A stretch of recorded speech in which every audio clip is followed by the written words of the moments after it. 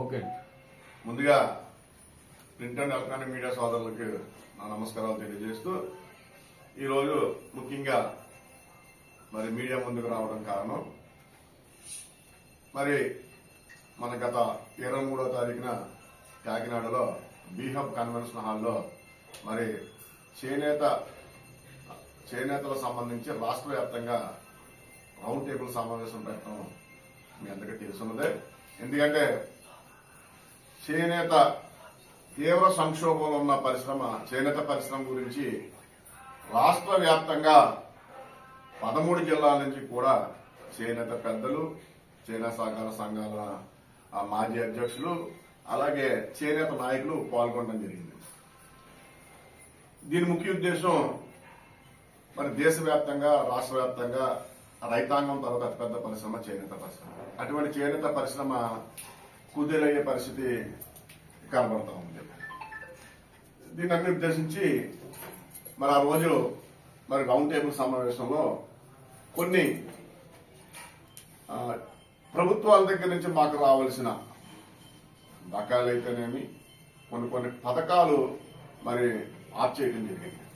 వీటిలన్నీ ఉద్దేశించి ఆ రోజు సమావేశంలో మరి ఒక తీర్మానం చేసుకోవడం, మరి తదుపరి కార్యక్రమాలు మరి ఉద్దేశించి మాట్లాడటం జరిగింది.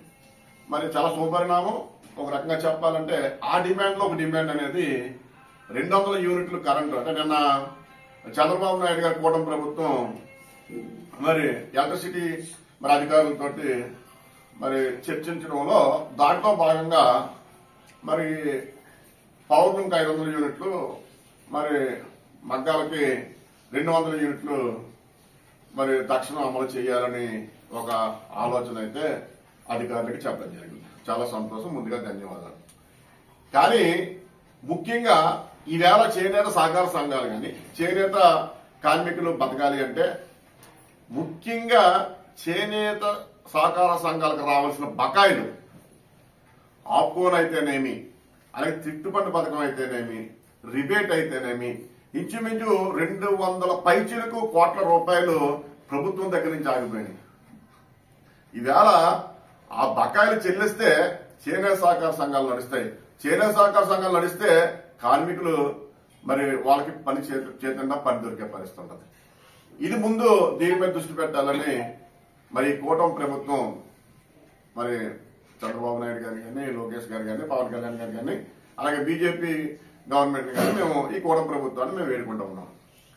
ఈ రోజు మరి ఎంత దారుణంగా ఉందంటే గ్రౌండ్ లెవెల్లో అధికారులు మీకు సరిగ్గా మరి మీకు నివేదిక ఇస్తలేదా, అంటే మీకేమి తెలుస్తలేదా అని కూడా మాలో ఒక అనుమానం అనేది వ్యక్తపరుస్తూ ఉన్నాం. ఎందుకంటే ఈ రోజు మంచిగా చెప్పాలంటే వ్యవస్థ చాలా వరకు మరి దిగజారిపోయే పరిస్థితిలోనే ఉంది. మీరు ఇప్పుడు కూడా మరి ఈ కూటమి ప్రభుత్వం మరి కళ్ళు తెరవకపోతే ఇది చాలా దుర్మార్గంగానే మేము పరిగణించాలి. రెండోది, బకాయిలు పక్కన పెడితే 13 సంవత్సరాలుగా పాలక వర్గాలు సొసైటీలకి ముఖ్యంగా ఇమీడియట్ గా మీరు పాలక వర్గాలు ఎలక్షన్ పెట్టండి. ఎలక్షన్ పెట్టి పాలక వర్గాలు అనేది మీకు సొసైటీ పాలక వర్గం అనేది వస్తే ఆ సొసైటీకి సంబంధించి సాధక బాధకాలు ఆ పాలక వర్గం చూసుకుంటది.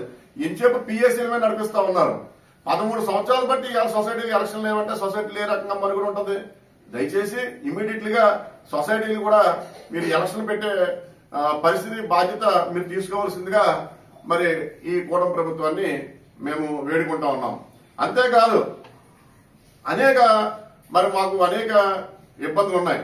ఈ ఇబ్బందులన్నీ ఒక ప్రెస్ నోట్ రూపంలో మొన్న రౌండ్ టేబుల్ సమావేశంలో పెట్టడం జరిగింది. ఈవేళ కూడా మీకు ప్రెస్ రూపంలో మీకు ఇస్తా ఉన్నాం. రెండోది, ముఖ్యంగా చేనేత కార్మికుడికి ఇన్సూరెన్స్ పథకం ఐసిఐసిఐ లాంబార్డ్ నుంచి పూర్వం మరి ఇన్సూరెన్స్ క్లెయిమ్ అయ్యేది. ఆ ఇన్సూరెన్స్ పథకాన్ని కూడా మళ్ళీ పునరుద్ధరించాలని ఈ మీడియా ద్వారా తెలియజేస్తా ఉన్నాం. అంతకుముందు మరి మహాత్మా గాంధీ బన్కర్ రాజీవ్ యోజన పథకం అనేది మరి అమలు పరిచారు. అది మరి ఎంబీబీ ఏదో ఉందో మీకు చెప్తాను. అదన్నీ కూడా అది కూడా మీకు ప్రెస్ నోట్ వస్తాను. ఆ పథకం సడన్ గా చేనేత కార్మికుడు సరిపోతే 60,000 రూపాయలు, మరి యాక్సిడెంట్ లో సరిపోతే 1,50,000 1,60,000 ఉంది. అది కూడా పథకాన్ని రద్దు చేసే పరిస్థితి. అది కూడా పునరుద్ధరించండి. అంతేకాదు మీరు చేనేతల మీద మీరు దృష్టి పెట్టండి. మీరు రైతాంగాన్ని ఏ రకంగా వేల కోట్ల రూపాయలు ఇచ్చి ఏ రకంగా ఆదుకుంటున్నారో చేనేతకు మీరు వేల కోట్లు అవసరం లేదు, వందల కోట్ల రూపాయలు ఇస్తే చేనేత మనుగడ ఉంటుందని ఈ మీడియా ద్వారా తెలియజేస్తా ఉన్నారు.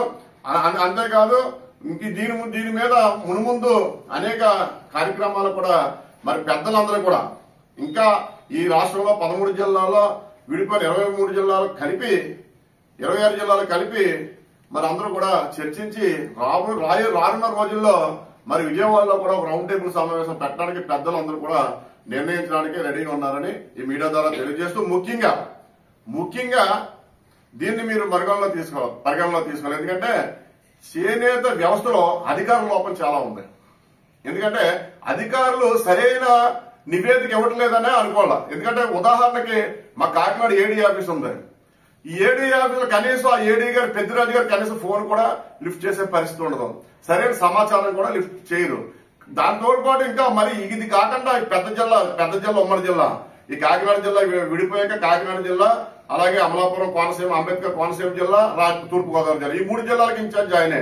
ఇది కాకుండా మళ్ళీ విజయవాడలో ఆప్కో కూడా ఆయన్ని మరి కొన్ని బాధ్యతలు అప్పు చెప్పారని ఈ మధ్యలో తెలుసుకున్నాం. దయచేసి అధికారులు కూడా మీ ఉద్యోగాలు కరెక్ట్ గా చేసుకుని మీరు చేనేత వ్యవస్థ గ్రౌండ్ లెవెల్లో ఒక సొసైటీకి వెళ్ళి చేనేత కార్మికుల దగ్గరికి వెళ్ళి ఎవరు వెళ్తారు? ఒక అధికారి వెళ్తాడు, ఒక ఏడీ గారు వెళ్తారో, ఒక ఏడీఓ వెళ్తారో, ఒక డిఓ వెళ్తారు. ఈ అధికారులు సరైన రిపోర్ట్ ఇవ్వకపోతే మరి ఆ ప్రభుత్వాలు కూడా చేసే పరిస్థితి అయితే కనపడతా లేదు.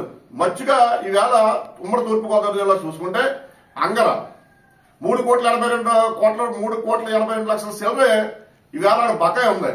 అంటే ఆప్కో ద్వారా 1 కోటి సిల్లరే, అలాగే పావలా వడ్డీ కొంత అమౌంట్, థ్రిఫ్ట్ ఫండ్ కొంత అమౌంట్, రిబేట్ కొంత అమౌంట్, ఇలాగే అమౌంట్లు చాలా వరకు అంగర్లో అక్కడ బకాయిలు ఉన్నాయి. ఈవేళ అంగర్ సొసైటీ నడుస్తలేదు. వాళ్ళకి కనీసం వాళ్ళకి మజూరీ కూడా ఇవ్వలేని పరిస్థితి లేదు. వాళ్ళు మన 15 రోజులు 20 రోజులు రిలే దీక్ష చేస్తే ఆ జిల్లా కలెక్టర్, ఆ జిల్లా మరి మంత్రి గారు, ఎమ్మెల్యే గారు లేచి నిమ్మరసం ఇచ్చేసి నెలాఖరు లోపల మీకు రుణాలు మీకు ఆప్కో నుంచి బకాయిలు చెల్లిస్తా ఉన్నారు. ఇప్పుడు వరకు అది ఏమీ లేదు. 2 నెలలు అవుతా ఉంది వాళ్ళు హామీ ఇచ్చి మంత్రి గారు, అలాగే వేగుల జోగేశ్వరరావు గారు. మరి ఎక్కడికి పోతా ఉన్నాం? పక్కన అద్దంపల్లిలో 1 కోటి సిల్లర్లకి వాళ్ళకి కూడా మజూరీలు లేవు. అయ్యా మరి ఇలాగుంటే పరిస్థితి ఆత్మహత్యలు దారి చేసే పరిస్థితి ఉంది. ఇమీడియట్ గా ప్రభుత్వం, ఈ కూటమి ప్రభుత్వం మరి ఒకరి ముందుకేసి చేనేతల మీద ప్రత్యేక దృష్టి పెట్టవలసిన బాధ్యత ఈ ప్రభుత్వానికి ఉందని తెలియజేస్తూ ఈ రానున్న రోజుల్లో మరి ఈ కార్యక్రమాన్ని ముందుకు తీసుకెళ్తామని ఈ మీడియా ద్వారా తెలియజేస్తా ఉన్నాం.